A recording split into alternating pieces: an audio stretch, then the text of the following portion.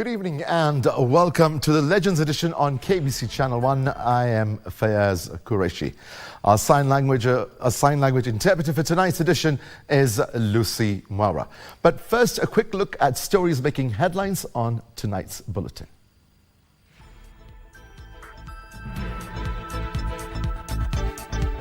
The wrath of Mother Nature. More casualties as the government moves to prevent further devastation after another round of heavy rainfall in different parts of the country. Kuanzia mwezi huu hiyo bei imeanza sasa kuteremuka. Mwezi ujao itateremuka zaidi. Mwezi hiyo ingine namna hiyo. Mpaka tuhakikisha kwamba tunamudu hiyo bei, ndio tuhakikisha kwamba tunaweza kuendesha mambo ya uchumi wa taifa letu kwa njia inayofaa. No cause for alarm. President William Ruto assures the country that the price of fuel will drop beginning in December. Ready to Wekesa for using his feet to just stabilize movement, and then Mutugi this time is going to touch down. And it's a rugby weekend.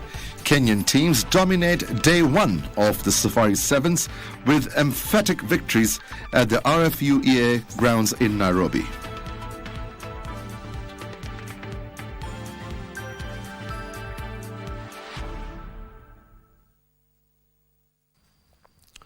Welcome back. Starting off with our top story tonight. At least 10 people have died across the coastal region and over 5,000 displaced following the 4 days of downpour pounding the coastal stretch. Search and rescue operations are ongoing to locate 2 Kenya Revenue Authority officers whose vehicle was swept away on Saturday morning at the Ramisi River in Kwale County.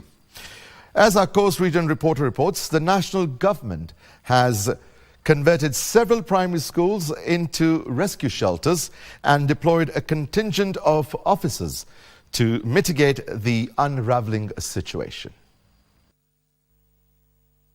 The true impact of the rainfall pounding the coast region is continuing to unfold. Tumetoka tangu juzi kwa nyumba na hatujui kama utaenda kulala wapi. Nyumba kuna matope na tuko na watoto. Kama vitanda vimeingia kwa maji, magodoro, nikawa hata sina mahali ya kulala.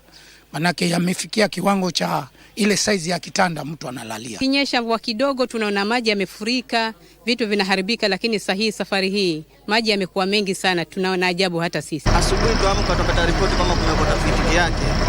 Ndio tukaja hapa tuhakikisha ndio pikipiki sasa hatujui iko wapi.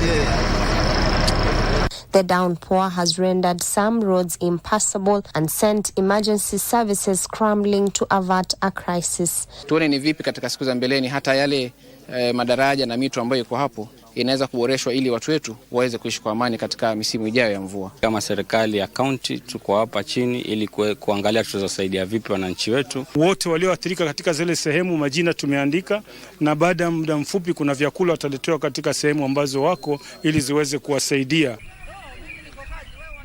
The Kenya Revenue Authority says 2 of its officers were swept away by the raging waters on Saturday morning. The 2 attempting to cross the Ramisi River on their way to Mombasa when tragedy struck. Some commuters told KBC that they were stuck on the road for more than 48 hours in Kwale County. Hali imekuwa mbaya sana. Magari yamebana ngambo ya pili na ngambo nyingine pia. Usafiri umekwama. Coast Guards umekuja hapa, tumekuwa na boat, tumejaribu kuferi wanafunzi ambao walikuwa wanaenda kwa kufanya mtihani hapa Ramisi Secondary School. On Mombasa Island, the county government distanced itself from the mayhem that was witnessed in various parts of the city on Friday. We have received 0 funding, be it through a conditional grant or be it through a donation, for purposes of El Nino. Mvua ile ambayo kwamba iliweza kunyesha hata tungelikuwa na drainage aina gani,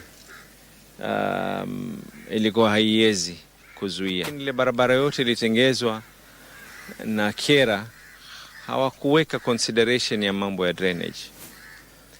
Ni ile drainage ambayo kwamba ilikuwa iko sehemu za Bumbululu kwa sababu ya barabara kwa inajengwa pale, waliziba zile drainage zote ambazo kwamba ziko katika maeneo yale. Kenya Kera Kura We've agreed that they unclog the drainages. The unfolding crisis has claimed at least 10 lives and left thousands homeless in Mombasa, Kilifi, Lamu and Taita Taveta counties. Plan again with Kenya Red Cross together with the county government of Lamu is to provide this community with essential commodities like non-food items. Nataka suluhu ya kudumu katika hii mambo za watu kila wakati kuhama. All the agencies then come together at the county level, build synergy and assess the situation and see how we can reach out to everyone. The incidents come even as the government assures Kenyans that the ongoing examinations have not been affected by the crisis. Juni Karisambele from Mombasa County. President William Ruto has announced that the prices of fuel will gradually drop from next month. The president, while on a development tour in Kirinyaga County, said the government is looking into ways to ensure the prices do not skyrocket to unmanageable levels. Giverson Minor reports. President William Ruto on Saturday told Kenyans that the prices of fuel are set to gradually come down in the subsequent monthly reviews. Mumeona kuanzia mwezi huu hiyo bei imeanza sasa kuteremuka. Mwezi ujao itateremuka zaidi. Mwezi hiyo ingine namna hiyo.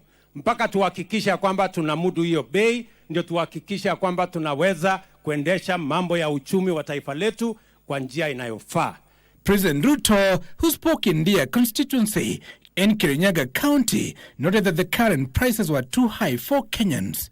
Hata ingawaje bei duniani kote imepanda, tunafuata vile inapanda na tumetafuta namna ya kuhakikisha kwamba tunaweza kuhakikisha kwamba bei isipite mahali ambapo Wakenya wengi wataumia. On Tuesday, the Energy and Petroleum Regulatory Authority announced that it had tapped the Petroleum Development Kitty to maintain the pump prices of super petrol and reduce the retail prices of diesel and kerosene by 2 shillings per litre. The head of state sustained his defense of the government-to-government oil agreement between Kenya, Saudi Arabia and the United Arab Emirates, saying the deal greatly resolved the shortage of the commodity in Kenya. Ile mkataba niliweka na wale watu wa Saudia na wale watu wa UAE, saa hizi majirani zetu Uganda, Tanzania, Rwanda wanaenda kutafuta vile nilifanya. Kwa sababu vile nilifanya ndio imetusaidia, hatuna matatizo katika masoko yetu na mafuta tuko nayo ya kutosha. This is as Kenya Kwanza lawmakers accompanying the president to love the Azimio la Umoja One Kenya coalition over demands to make the deal public. Mzee huyo anajua wakati walikuwa kwa serikali ya handshake. Yeye na wale walikuwa nao kwa serikali ya handshake ndio walikuwa wanafanya biashara na mafuta ya Kenya. Na asante rais, jana ulimwambia ukweli, the government of Kenya sio broker ya mambo ya mafuta. India, President Ruto commissioned the construction of the 54-kilometer Sagana-Thiguku, Mororo-Kiumboine, Kirwara-Kagio and Karaine-Kangaita roads.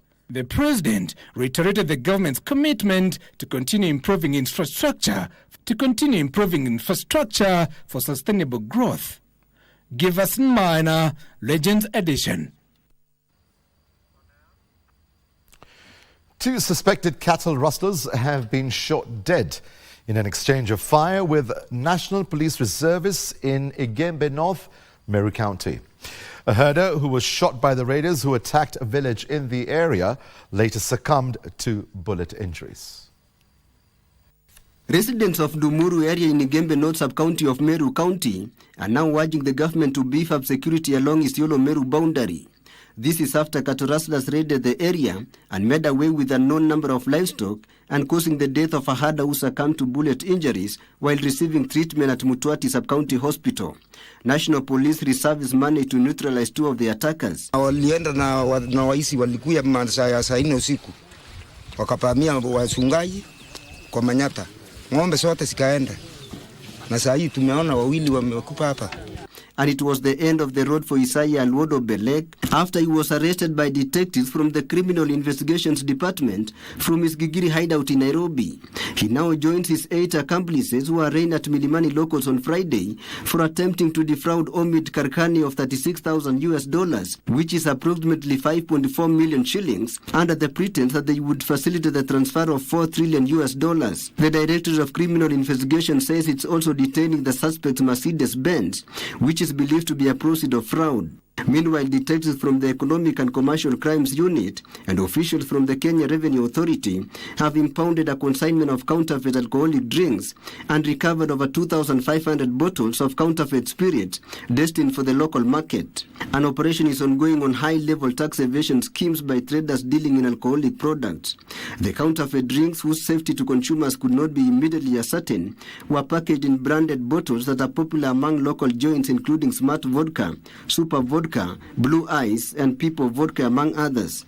The officers also recovered 24,000 pieces of counterfeit KRA stamps and 40 liters of ethanol. The recovery was made at a house within the Kenyatta Road area. The detectives are now investigating the source of the ethanol and the fake KRA stamps. Tilio Marco for Legends Edition. Politicians allied to United Democratic Alliance in Nyanza region want their counterparts in the opposition to give room for divergent opinions. Led by newly appointed UDA regional manager, former Migori Governor Okoth Obado, the leaders want locals to exercise their constitutionally enshrined right to political association without being labelled traitors and persona non grata. The leader spoke at the funeral of Mama Filgona Ayugi, a long-time political ally of President William Ruto. In a message read by the Information, Communication and the Digital Economy Cabinet Secretary Eludo Walo, President William Ruto eulogized the late Mama Filgona Ayugi as a courageous woman who went against the political tide. She was kind-hearted and served the community with focus and dedication. Mama Filgona loved education and ensured that her children went to school. And we must emphasize that she was God-fearing and loved politics. Mama ambaye amelala hapa siku ya leo ni mama wa kuheshimiwa sana. Wakati nilisikia kwamba alikuwa amesimama kiti cha women rep kwa ticket ya UDA. This is a lady who decided to go against the tide. She must have been a very strong woman. And also, even after losing her husband, she was able to raise all of you single-handedly. Therefore, she must have been a very strong woman. Politicians who attended her burial using the platform to call on their rivals from the opposition to allow for a more democratic political space in the region. This UDA, wananchi wenzangu, is a mass movement that will go beyond 2032. It is a big, big movement. The newly appointed UDA Nyanza Region Chair and the former Migori County Governor Okoth Obado revealed that the party is set for several popularization activities in the region and called for peace and tolerance. Sisi tutakuwa tunafanya yetu kwa amani. Hatutapiga mwingine, hatutafuruga mkutano ya wengine, na wengine pia nataka wa style up. Wakijua wako na kitu kizuri, hakuna haja ya chokosa wengine. Owalo emphasized the need for the region to embrace government projects and activities to help forge a lasting relationship beyond 2027. I think it is time that we all embrace the government so that we see services delivered to our people. So as we go about our businesses, let's try and focus on things that are going to transform our lives.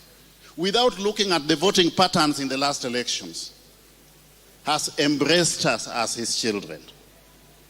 I want to appeal to people from this region to work together with the government of the day. Achola Simon, Legends Edition, Kisumu County. Right, it's time for a quick break and we'll be back in a short while. Stay with us.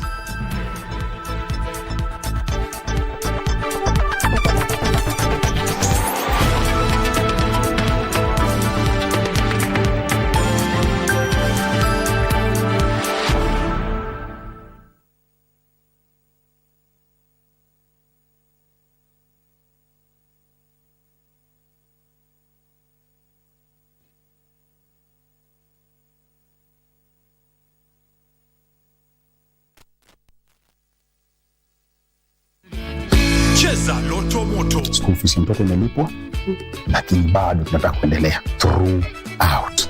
Loto Moto imekuja kwa maisha yetu when I needed it the most. That is all I can say for now. I'm so grateful. May God bless you. Cheza Loto Moto. Shinda pesa moto moto.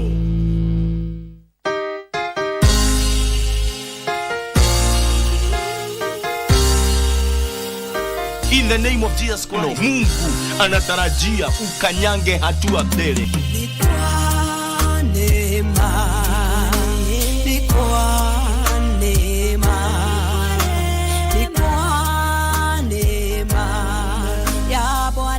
Wengine wametawaliwa na uchawi, wakati wao umefika. Wewe umenitazama siku ya leo. Neema na kibali cha Bwana kikawe juu ya maisha yako.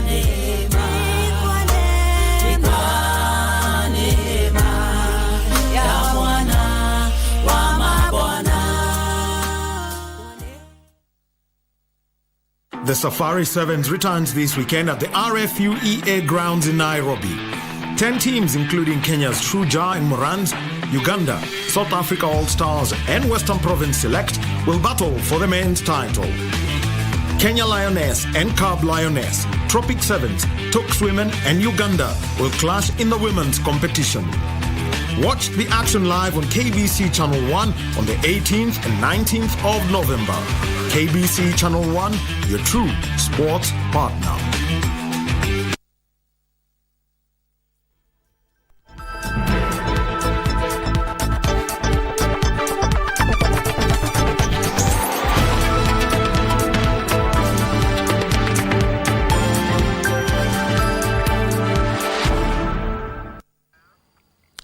Welcome back. Interior Principal Secretary Dr. Raymond Omolo has called for collaboration between national government administration officers and health sector actors in addressing syndemic, neglected and disease outbreaks. According to Dr. Omolo, ensuring that every individual has access to the highest attainable standard of health and well-being is part of the National Government Administration Officers' mandate, since they are the representatives of the President at the grassroots. He was speaking during the Drugs and Neglected Diseases Initiative 20th Anniversary charity run at a stakeholders event at Kachaliba Sub-County in West Pokot County.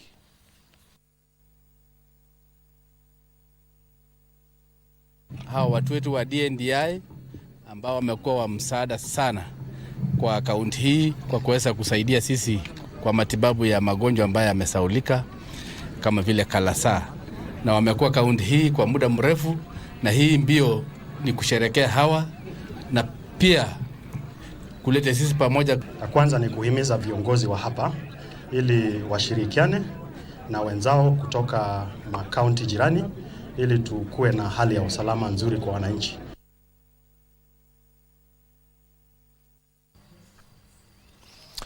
Youth in the country have been urged to be creative and innovative with their skills and be ignitive of their own jobs. The call was made during this year's International Youth Fellowship Academy 4th cohort graduation in Nairobi that saw 800 students conferred with various certificates. It was pomp and color during this year's IYF Fellowship Academy's 4th cohort graduation, where different students showcased some of the skills they have gained from the 4 months training. Here, IYF was mentioned to be a beacon of empowerment to the youth, where it offers opportunities to young people to receive skills, preparing them for the world out there. The skilling program of IYF is a perfect initiative under the Talanta Hela banner, because it is in perfect sync with the government agenda of skilling young people, providing relevant skills to young people, providing young people with a kind of mindset, with a kind of thinking, the kind of imagination, for them not just to be seekers of jobs, but actually generators of employment opportunities themselves. We are also with a partnership and with a Support of Ministry of Youth, we are trying to make that place very active, bring the Wi-Fi, internet lines, computer courses, and already in Kisumu, we already opened this semester, and we are working also very closely with the Youth Development Center there. We're already doing the computer courses also there as well. The fourth cohort graduation has seen the 800 graduates benefit from 18 specialized hands-on courses, providing diverse learning opportunities tailored to address the specific needs and interests of a wide range of young individuals. Jacqueline Masharia for Legends Edition. ODM's Secretary for Political Affairs, Opio Wandai, now claims the postponement of UDA's grassroots elections is a result of in-house wrangles in the ruling party. Speaking in Narok, where he led the ODM party's grassroots registration exercise in Narok County, the National Assembly minority leaders said there is a division among Kenya Kwanza's top brass. The ruling UDA party has pushed its grassroots elections that were scheduled for next month to April 2024. Na vile vile tunajua kwamba kuna masukusuku ndani yao. Kuna vita ndani ya UDA. Kuna vita ndani ya UDA kande ya mrengo moja ya naibu wa rais na ingine hii ya bwana Musalia Mudavadi. Na mrengo iko mingi hata kuliko haya ndani ya UDA. Wachukue nafasi hii watatue hayo shida zao, okay? Waache kufuatafuata mambo ya ODM, because we know for sure that UDA does not have members. Yes. And that is why they have now purported to postpone their elections, which were scheduled to commence on the 9th of November. What we are asking is, why are they now scheduling the elections to coincide with our elections as ODM, which we have scheduled for next year, April? Why can't they carry on their own programs without interfering with ours?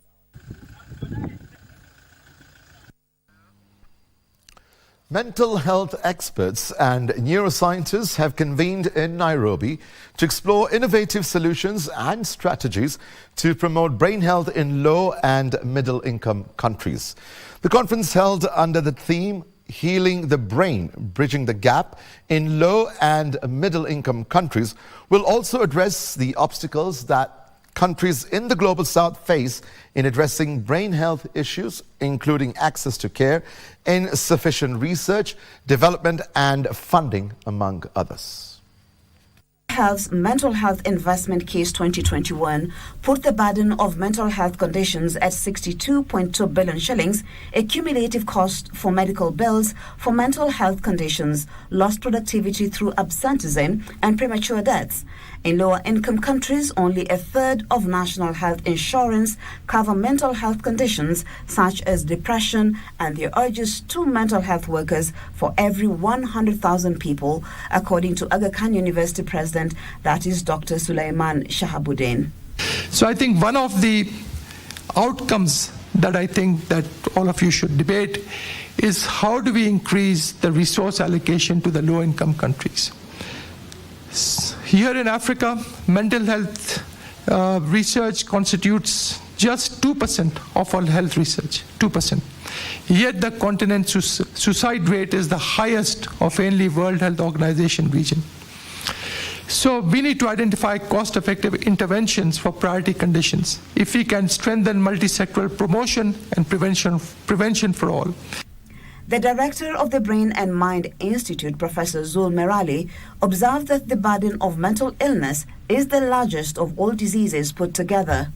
The availability of highly specialized therapists and treatments are unacceptably low.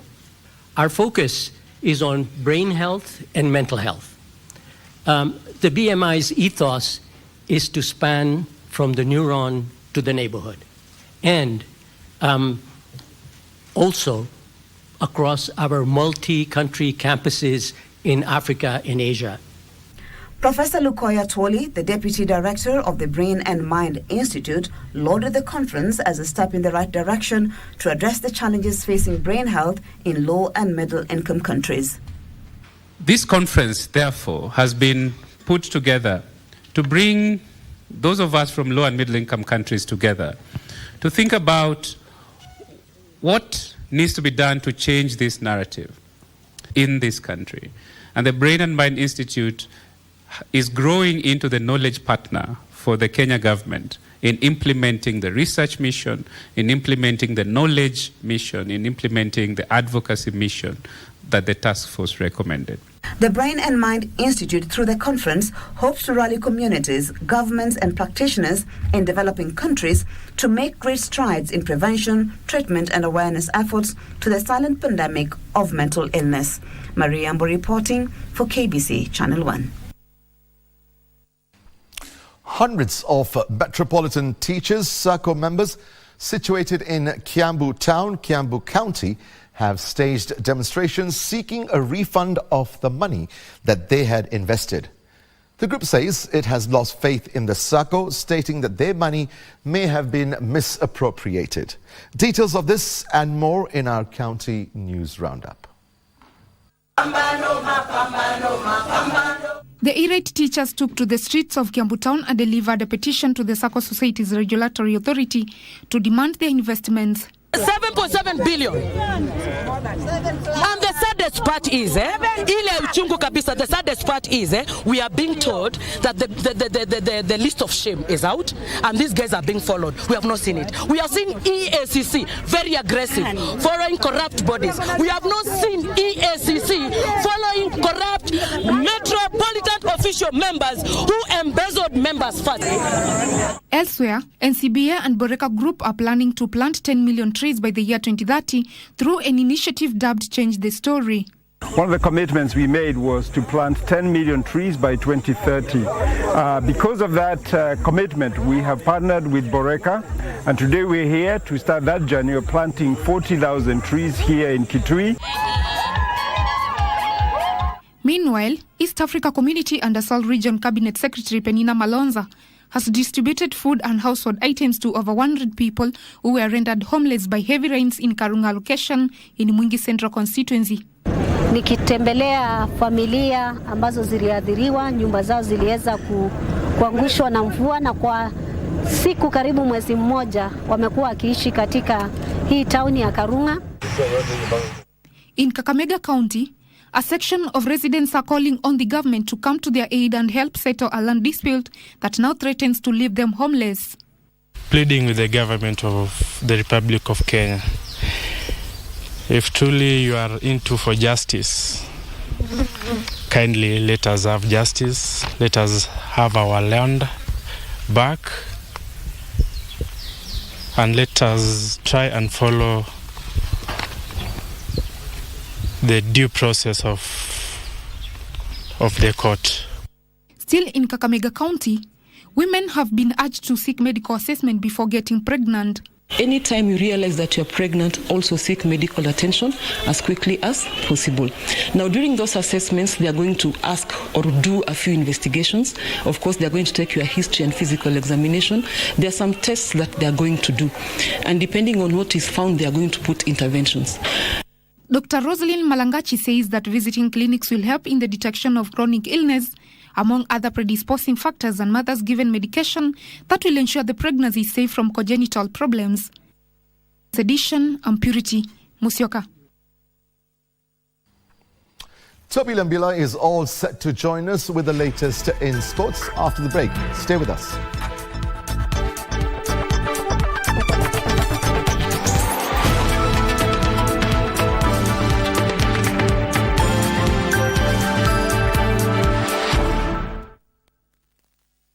In order to make the payment of stamp duty for land transactions a seamless process, the Kenya Revenue Authority has now made it possible for the public to make payments at the State Department for Lands and Physical Planning. From November 27, 2023, all payments for land transactions attracting stamp duty shall be made to the State Department for Lands and Physical Planning through eCitizen via paybill number 22222. Further payment instructions are available when clients click pay on the Ardhi Sasa platform. click on the featured link on the invoice to receive an M-Pesa menu, enter the M-Pesa PIN and click OK. You will receive a confirmation SMS from M-Pesa. Go to M-Pesa menu on your phone, select Pay Bill option, enter the business number 22222, enter the account number featured in the payment instructions, enter the amount to be paid, enter your M-Pesa PIN and click Send. Ardhi sasa, shamba lako hati safi. Cheza Loto Moto. We've gone ahead tukamaliza pia school fees ya your other kid. Thank you God. Asante sana Loto Moto. Cheza Loto Moto. Shinda pesa moto moto. What about the pain in my heart? What will take that away? Forgiveness. Mimi nakwambia for the next week utakuwa millionaire. I'm not the naive type anymore. Mimi sina mudi ya wageni. Unaona hiyo mudu uko nayo? Hiyo inaitwa morning sickness. Nishazoea kuhangaika hivi tu asubuhi. Jen, tulikuwa tumepanga na yeye. Next week pia tunaweza enda tuone wazazi wangu. Alex, we in a relationship. Na nikauchukuliangi serious. Jen, huyu baba ya mtoto wako kwani David? Please, enda. Nilikuwa nafikiria nitafute job. Mimi sitaki kuendelea kukaa idle. Unafikiri Peter nataka Kristina mwingine kwa hii nyumba? Si wewe ndio uliharibu boma ya kakako. Mimi sitaki kusikiza tena, nimechoka. I made you, don't forget that. Usisahau. Ya.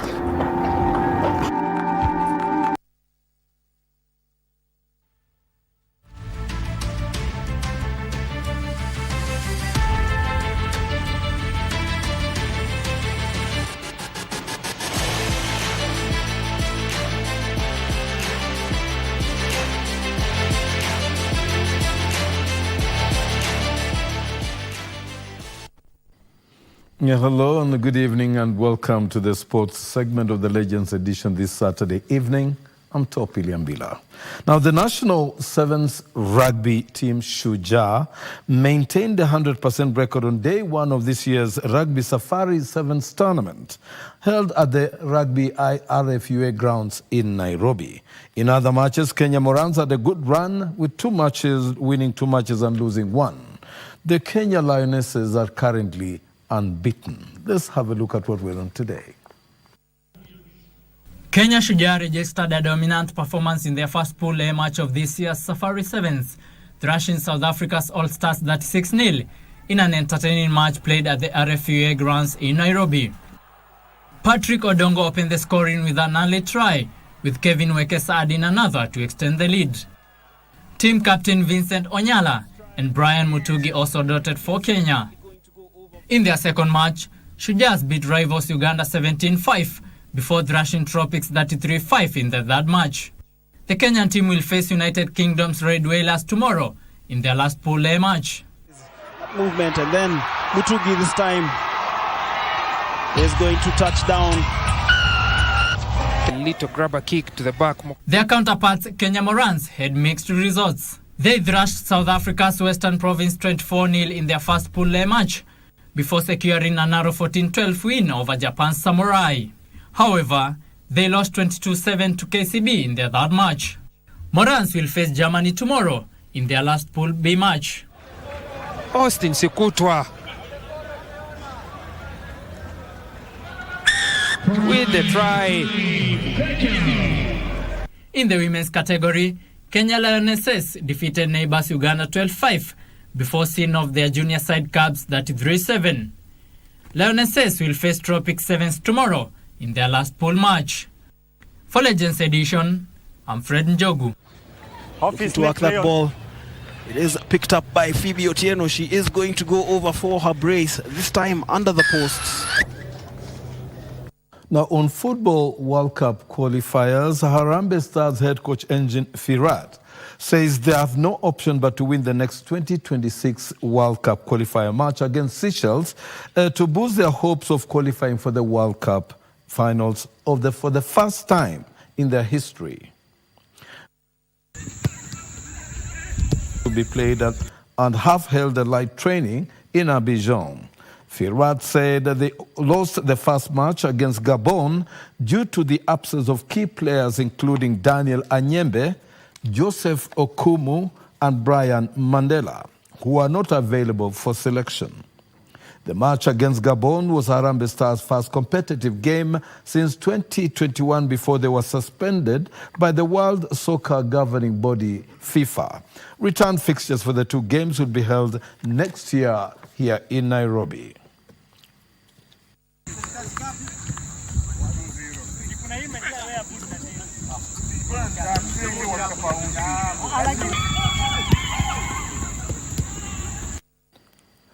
Ruiru-based Reke sub-unit were crowned the winners of the 2023 GSU Commandant Cup after defeating headquarters 7-6 on post-match penalties after playing to a goalless draw during the normal time at the Embakasi B grounds. The championship attracted 8 teams from different GSU sub-units. Sela with this report.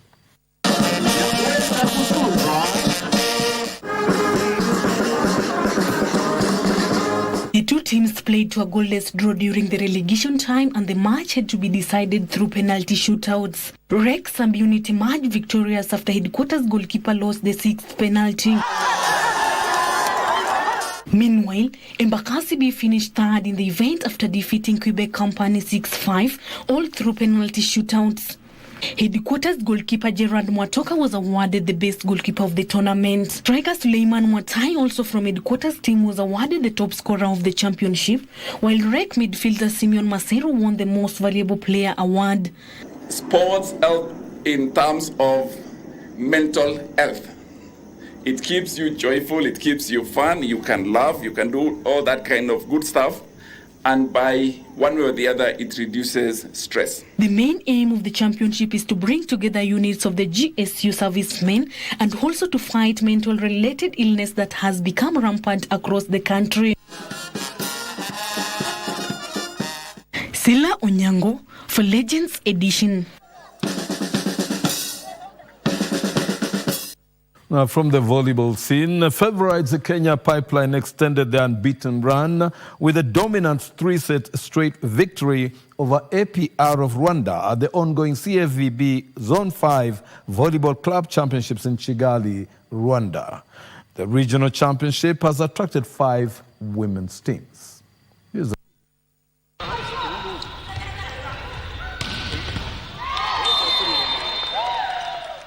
The Paul Getau charges, led by outside hitter Pamela Dhiambo, Trizatu, Kalionide Kasai and Libero Agrippina Kundu, backed the first set 25-20. Cheered on by the home crowd, APR fought hard in the second set, but lost 25-16.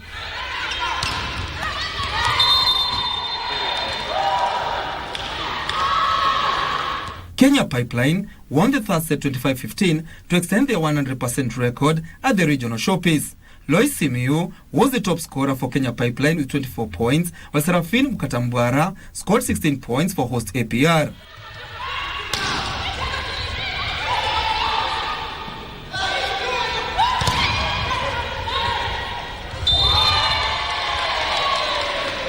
We try, all of us. We try, hold hands again and win the cup. So tomorrow it is a duty for everyone. The one who have rested today, the one who have played today, if they are duty tomorrow, we hold hard and win the trophy. We are very much ready and we are expecting to beat the opponent 3-0. We came here to Rwanda to win actually. So we are praying very hard and we are working hard to go back to Kenya with the cup. The former Kenyan champions started their campaign with a 3 straight sets victory over Uganda's Kampala Capital City Authority before seeing off host Rwanda Revenue Authority by the same set score in their second match. Pipeline humbled Police Volleyball Club of Rwanda by 3-1 in their third match of the inaugural CFVB Zone 5 Club Championship.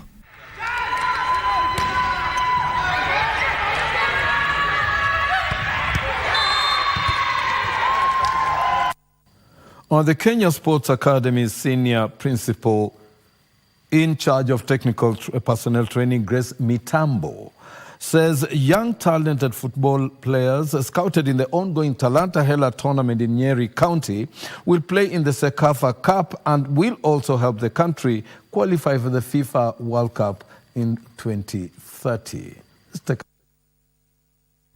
Speaking at the Moi Complex Primary School, where the players entered Day 2, Mitambo said the talent scouts are scouting for the best players in the tournament.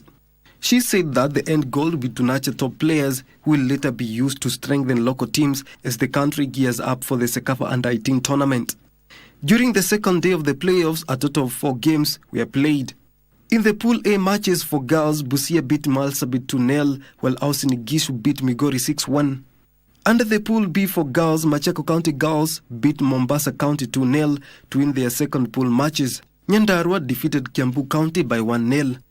In the boys Pool A category, Mandera County beat Nairobi County 1-0, while Uasin Gishu beat their Kwale counterparts 3-0. In the Pool B boys playoffs, Homa Bay County beat Nakuru 2-0. Kakamega carried the day by beating Ebu County 4-0. The semi-final are set for November 21st, where the third place playoffs and the final will be played on the 22nd of this month. Now, the Nairobi-based Touch Soccer Academy is raring to go ahead of their participation in this year's Chipukizi Cup. The youth tournament, held annually in Arusha, Tanzania, is scheduled to take place from the 15th to the 18th of December this year, with a total of 300 teams expected to participate. Let's take a look. First Touch Soccer Academy is expected to feature sides in 5 age categories: the under-7, under-9, under-11, under-13 and under-15 during the 3-day tournament that will bring together over 300 teams from across the continent, including one invitational outfit from Spain. It's not the first time for us to travel to Arusha. It's been a learning process, and I know the kids have really learned a lot, and building on that, I know they're much more experienced, much more aware of the surrounding of the pitch, and I think it's going to be a great tournament for us this year again. Did a number of friendly matches, and I'm impressed with the results that my boys have been giving.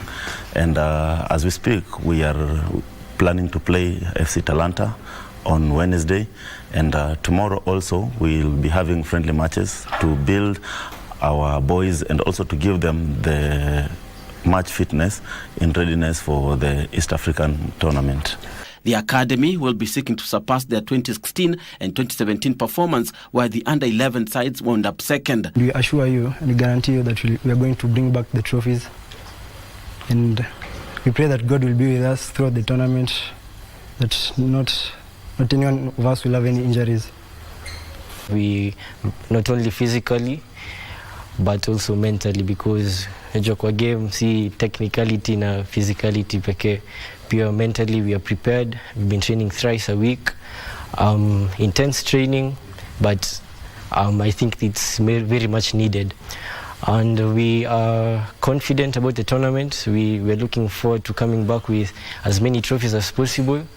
It wouldn't even be bad to get a personal award, that is being a top scorer, and we're just hoping for the best. Preparing for a tournament cannot be easy because we're obviously playing against teams from other countries, and we all know we can't go there expecting that we have the only persons that have trained for this tournament. We must train hard in order to play easy. So I can't say it has been easy, but it's been good for us. The 80-member contingent of the First Soccer Academy is expected to leave for the 10th edition of the championship on 14th of December.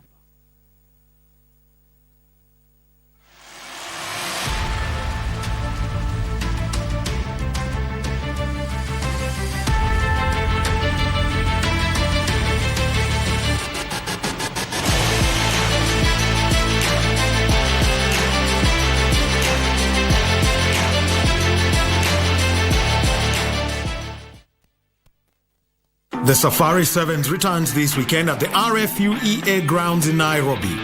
10 teams, including Kenya's Shujaa and Morans, Uganda, South Africa All-Stars and Western Province Select, will battle for the men's title. Kenya Lioness and Cab Lioness, Tropic Sevens, Tuks Women and Uganda will clash in the women's competition. Watch the action live on KBC Channel 1 on the 18th and 19th of November. KBC Channel 1, your true sports partner. Cheza Loto Moto. School fees mtoto imelipwa, lakini bado tunataka kuendelea throughout. Loto Moto imekuja kwa maisha yetu when I needed it the most. That is all I can say for now. I'm so grateful. May God bless you. Cheza Loto Moto. Shinda pesa moto moto.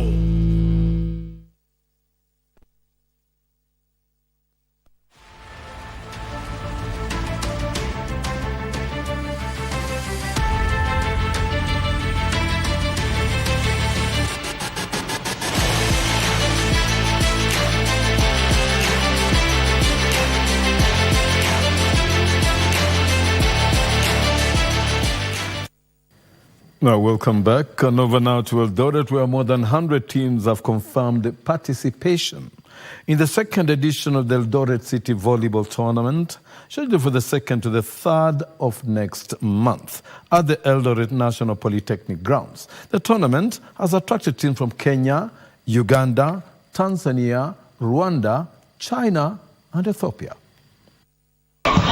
Champions Kenya Defence Forces and Kenya Pipeline will lead the competition that will be held at the Eldoret National Polytechnic.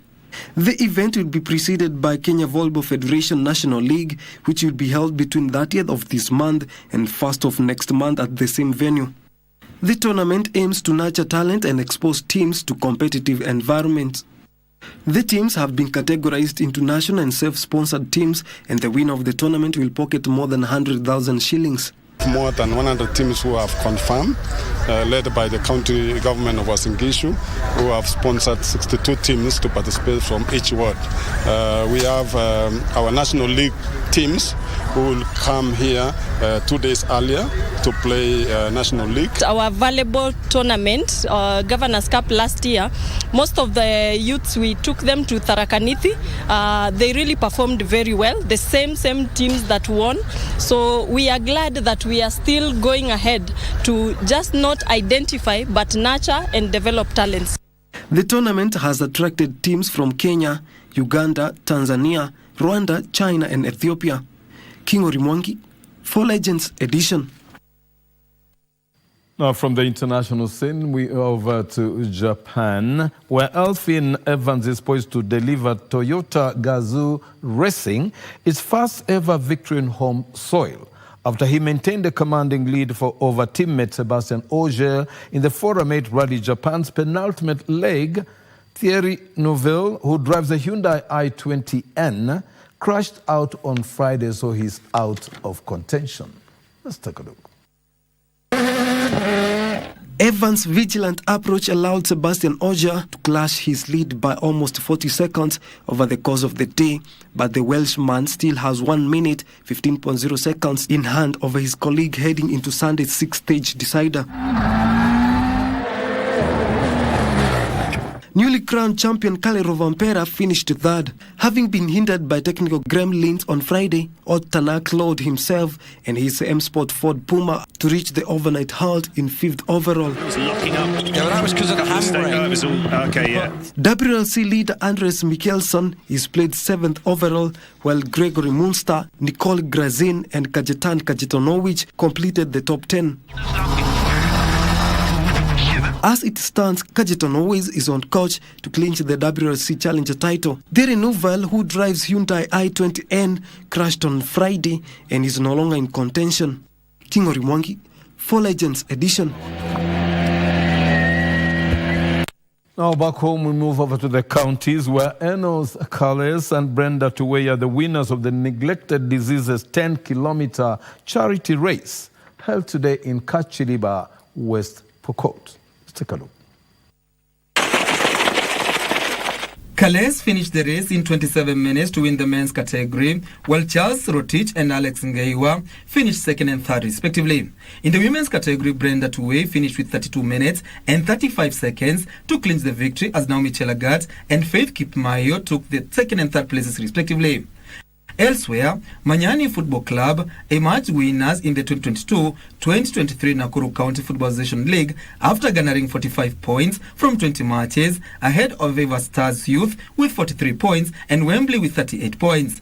Manyani FC's Vincent Omondi and Bernard Otieno were named best goalkeeper and coach respectively, as Wembley FC's Emmanuel Maucho was crowned the best player.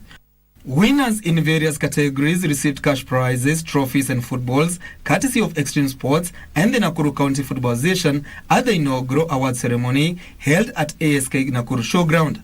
The league winners received a total of 70,000 shillings. The runners-up, the 3rd and 4th finishers, received 50,000, 20,000 and 10,000 shillings respectively. And that is a wrap-up on the sports segment this evening. Hoping that you'll be with us again next Saturday for another bumper edition from the sports world. I hope you enjoyed what we had for you today. And keep it KBC Channel 1, your true sports partner. Thank you, Topi. always at his best with sports news. And that's all from our newsroom. Our sign language interpreter for tonight's edition was Lucy Wara. I am Fayaz Qureshi. Have a good night. And I'm Topi Liambila saying also, enjoy your night. And remember that you know KBC Channel 1.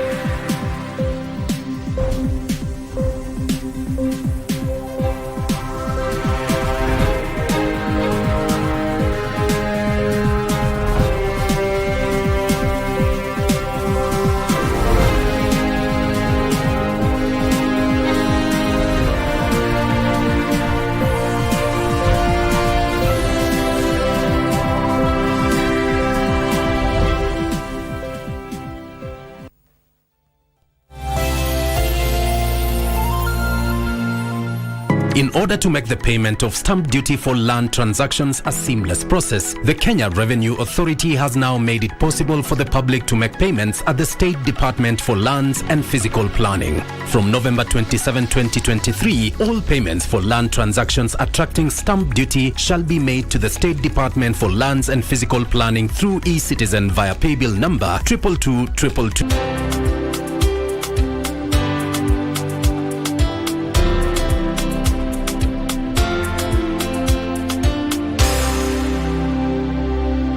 Enter the account number featured in the payment instructions, enter the amount to be paid, enter your M-Pesa PIN and click send. Ardhi sasa, shamba lako hati safi.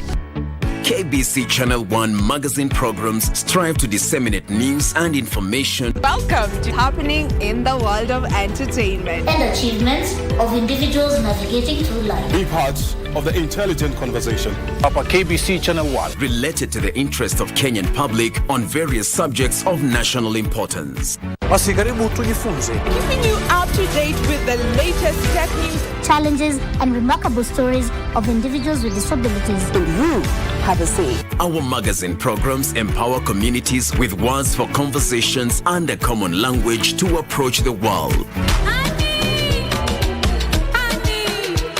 For your infotainment needs, we have a great range of programs. Yo, ni DJ Shit hapa, mwigizaji ambao mmekuwa mkimtazama muda mrefu kwenye runinga zenyu, na kwa ile support ambao mmekuwa mkinipatia imefikia hatua pia nikasema vipi ndaweza kuwalipa, na kwa kweli siwezi kuwalipa, sina cha kuwalipa mbali na humanity, utu ama ubinadamu. Niliweza kuingia katika website ya Save a Life, na hata ukiingia utajionea na utagundua kuwa imesaidia watu zaidi ya 5,000, imefanya operation zaidi ya 1,500, kitu ambacho ni kitu kikubwa sana. Unajua ugonjwa haijaandikiwa mtu fulani, hakuna mtu anapenda kugonjeka, hakuna mtu anapenda aje kwa ugonjwa, ni hali tu ambayo inapata watu. Wengine wanazaliwa nayo, wengine nawapata katika ni hali ambayo binadamu tunaishi nayo, na hakuna jinsi tutaikwepa. It's a cocktail of emotions, the puns that cracks up the family, greed that yields power, and a hunger for success. Trends turn to foes. Survival for the fittest is the drive. Who are we blackmailing? But nothing beats the feud in a family where one disappears and another fights for the crown. It was not supposed to go this far. It's the desire to succeed that keeps us going, the deception that keeps us digging, and the laughter pill that keeps us living.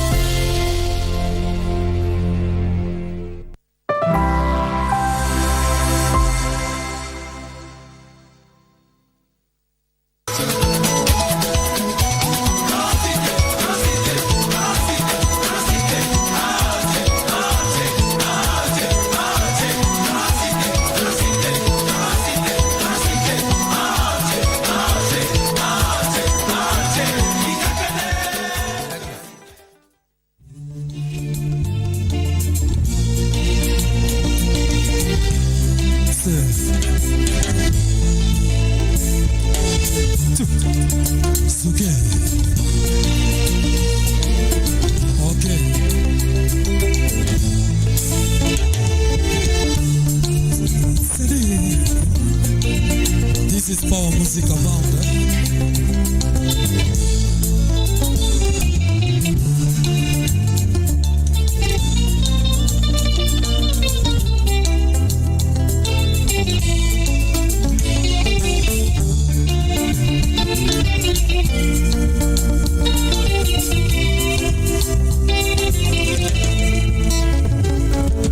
Natamani nikupende milele, natamani nikupende my baby. Ya watu sijali, maneno ya watu sijali, yatakufanya unichukie mama.